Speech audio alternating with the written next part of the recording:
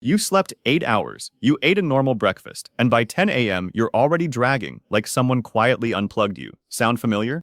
You cancel plans because you're too tired. You stare at a work task feeling physically heavy before you even start. You hit the 3 p.m. wall so hard you consider a nap under your desk. But then your phone buzzes with exciting news, or a friend invites you out last minute, and suddenly you're wide awake, moving fast, laughing. Same body, same sleep, same meals. So what actually changed? That flip is the real mystery here. Your tiredness might not be about empty fuel at all. It might be about what your brain quietly decided was worth the energy.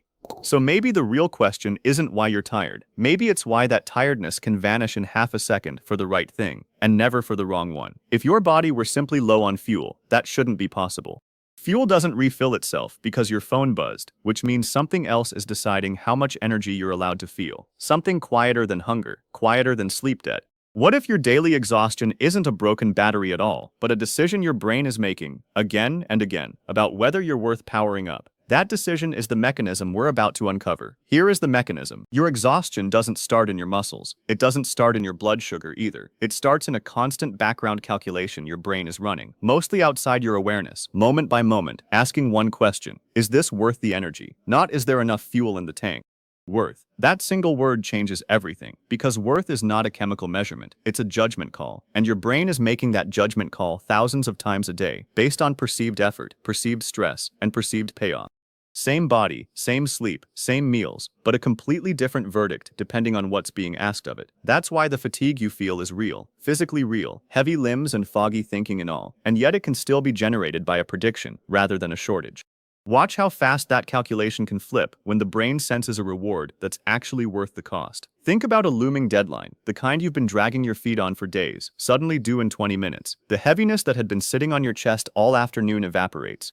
Your heart rate climbs, your focus sharpens, your body finds energy it swore it didn't have 10 minutes earlier. That's not a second wind pulled from some hidden fuel reserve. That's the brain deciding in an instant that the stakes just changed and releasing energy it had been holding back. The adrenaline burst overriding tiredness in seconds is proof that the fuel was never really the limiting factor, the permission was. Now flip that same mechanism the other direction, and you get the version of tiredness that doesn't spike and vanish, it just settles in and stays. This is the slow signal, the one that doesn't respond to a single exciting text or a single deadline. When your brain predicts low reward, day after day, task after task, meeting after meeting, it doesn't reset that prediction overnight, it builds a running average, and that running average becomes your baseline energy level. This is why persistent low-grade tiredness tracks so closely with mood and motivation, far more than it tracks with how many hours you actually slept. You can sleep a full 8 hours and still wake up already rationed, because the prediction carried over from yesterday, and the day before that, and the string of days before that. So why would your brain do this to you?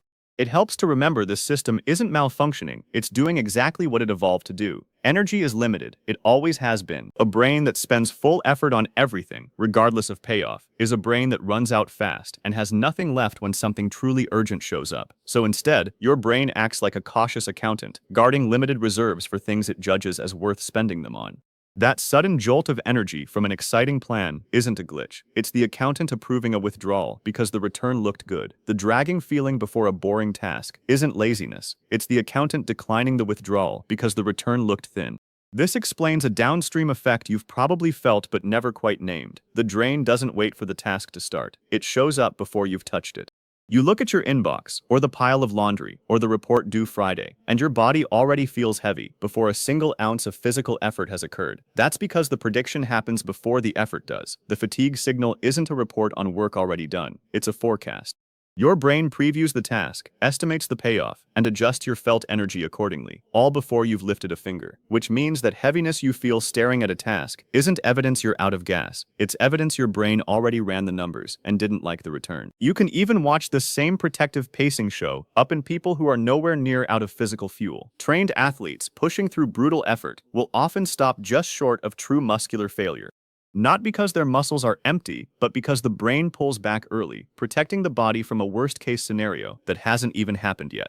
The rationing system operates at the extreme edges of physical performance the same way it operates at your kitchen table, staring at a to-do list. It's the same accountant, just working a much bigger account. Notice the contrast this creates.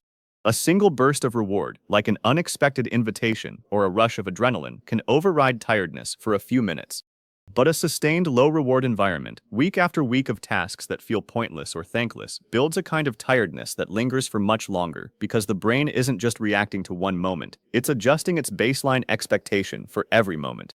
And the calculation isn't only about the task itself, it also factors in who's around you while you do it. The same errand, the same project, the same chore can drain you fast when you're doing it alone and barely touch your energy at all when you're doing it alongside people you actually enjoy. Social context feeds directly into the reward side of the equation, which means your brain isn't just asking, is this worth it? It's asking, is this worth it with these people right now? Change the company and the entire prediction can shift without a single change to the task itself. So if the brain can dial felt energy down based on a prediction, the obvious question is whether it can dial that energy back up the same way. It can. The brain's own off switch for this rationing isn't rest, and it isn't caffeine. It's new information. Specifically, new information about payoff, control, or stakes. The moment your brain updates its read on whether something is worth the energy, it releases more of it, almost instantly. This is exactly what happens with that exciting text or last-minute invite. Nothing about your physical fuel changed in that second. What changed was the calculation. And here's the useful part. That calculation doesn't only update by accident. You can feed it information on purpose. Here's how. Before you start a task that already feels heavy, before you've done a single minute of actual work, take 60 seconds and name one small, concrete reason it matters right now, out loud or written down, whichever feels less awkward. Not a vague reason like, I should probably do this. A specific one. Something like, finishing this email means I'm not thinking about it tonight. Or, doing this load of laundry means tomorrow morning is less chaotic. The content matters less than the specificity. You're not trying to convince yourself the task is thrilling. You're just handing your brain a clearer answer to the question it's already asking in the background, which is simply, is this worth it? A vague task with no attached reason reads as low value by default.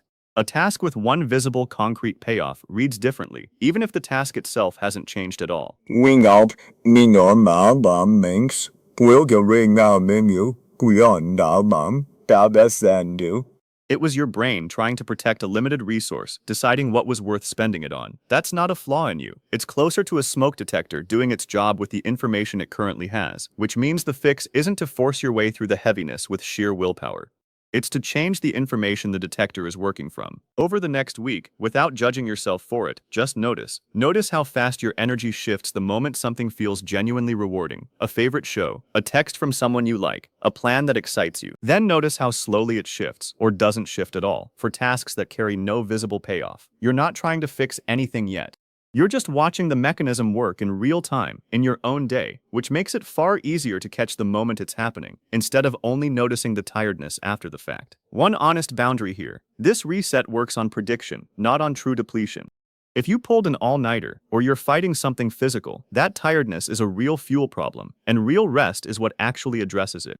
The 60-second reset is for the specific kind of tiredness that shows up as dread before a task even starts, the kind that lifts the instant something more interesting interrupts your day. Athletes pacing before true failure, and you pacing before a boring report, are running the same protective software. Naming the payoff is how you talk to that software directly, instead of just waiting for a text to do it for you. So think back to that jolt of energy from the exciting message, the one that hit seconds after you felt completely wiped out. That was never about empty fuel. It was your brain quietly deciding, in an instant, that something was finally worth the energy. You don't have to wait for that decision to happen by chance. 60 seconds, one concrete reason, before the task begins. That's the whole reset, small, quiet, and aimed directly at the switch that was running the show the entire time.